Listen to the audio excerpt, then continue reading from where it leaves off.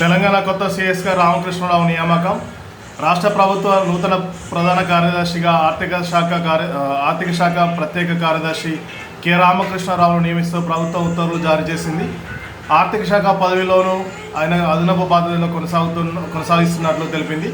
ప్రస్తుత సిఎస్ శాంతికుమారి ఈ నెల 30న పదవి విరమణ చేస్తున్నందున ఆమె స్థానంలో రామకృష్ణరావును ప్రభుత్వం నియమించింది.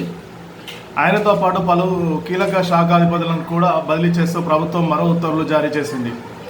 రాష్ట్ర పరిపాలనా వ్యవస్థను ప్రక్షాళన చేసేలా కీలక మార్పులు చేపట్టింది.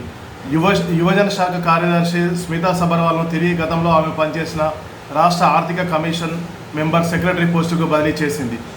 గచ్చిబొమ్మల విషయంలో ఇటీవల ఆమె పోస్ట్ సోషల్ మీడియాలో చేసిన పోస్టుపై వివాదం తలెత్తిన సంగతి తెలిసిందే. ప్రభుత్వానికి ఎందుకు వ్యతిరేకంగా పనిచేస్తున్నారని ఆమెపై తీవ్ర విమర్శలు వస్తున్నందున తిరిగి సచివాలయం బయట ఉండే ఆర్థిక శాఖ కార్యాలయానికి బదిలీ చేసినట్లు తెలుస్తుంది. అలాగే పురపాలక శాఖ కార్యదర్శి పోస్టులో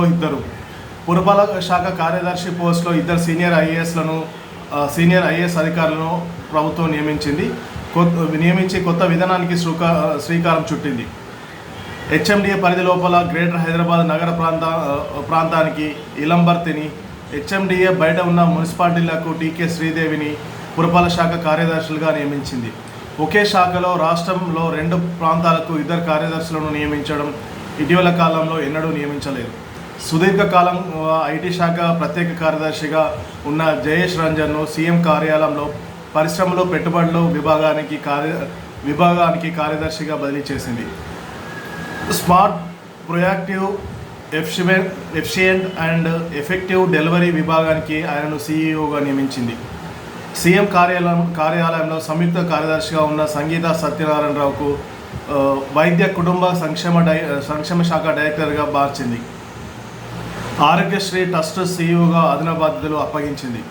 అయితే ప్రభుత్వ ప్రధాన కార్యదర్శిగా నియమింపబడ్డ రామకృష్ణరావు అమెరికాలో ఎంబీఏ చేశారు. 1991 ఐఏఎస్ బ్యాచ్కి చెందిన రామకృష్ణరావు స్వస్థలం ఆంధ్రప్రదేశ్లోని నంద్యాల. తండ్రి రైల్వే ఉద్యోగి కాగా చిన్నతనంలోనే ఉమ్మడి వరంగల్ జిల్లా కాజీపేటలో పెరిగారు.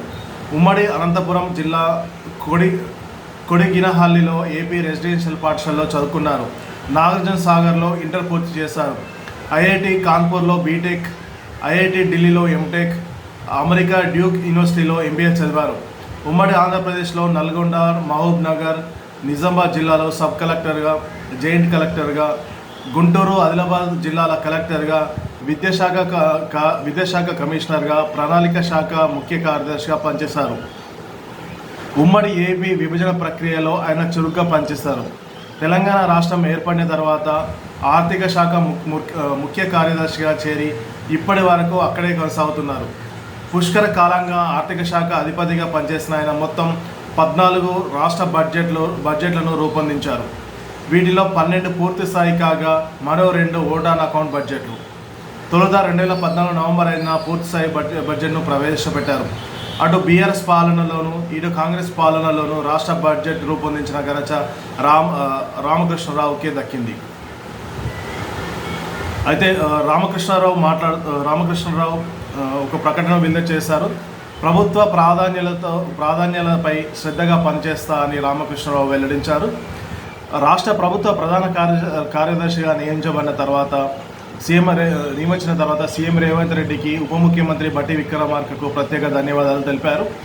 రాష్ట్ర ప్రభుత్వ ప్రాధాన్యాల ప్రకారం అభివృద్ధి సంక్షేమ పథకాల అమలుకు చిత్తశుద్ధితో పనిచేస్తా అని రామకృష్ణరావు అన్నారు. ఆయన గతంలో తెలంగాణలోని పలు జిల్లాల్లో కింది స్థాయి అధికారిగా పనిచేసినందున గ్రామీణ ప్రజల అవసరాలు తనకు బాగా తెలుసునన్నారు. క్షేత్రస్థాయికి వెళ్లి రైతు సంక్షేమ పథకాల అమలును ప్రత్యేకంగా పలుమార్లు పరిశీలించినట్టు చెప్పారు. ప్రభుత్వ ప్రధాన కార్యదర్శి తనకు అప్పగించిన కృత్య బాధ్యతను శ్రద్ధగా నిర్వహిస్తానని రామకృష్ణరావు తెలిపారు.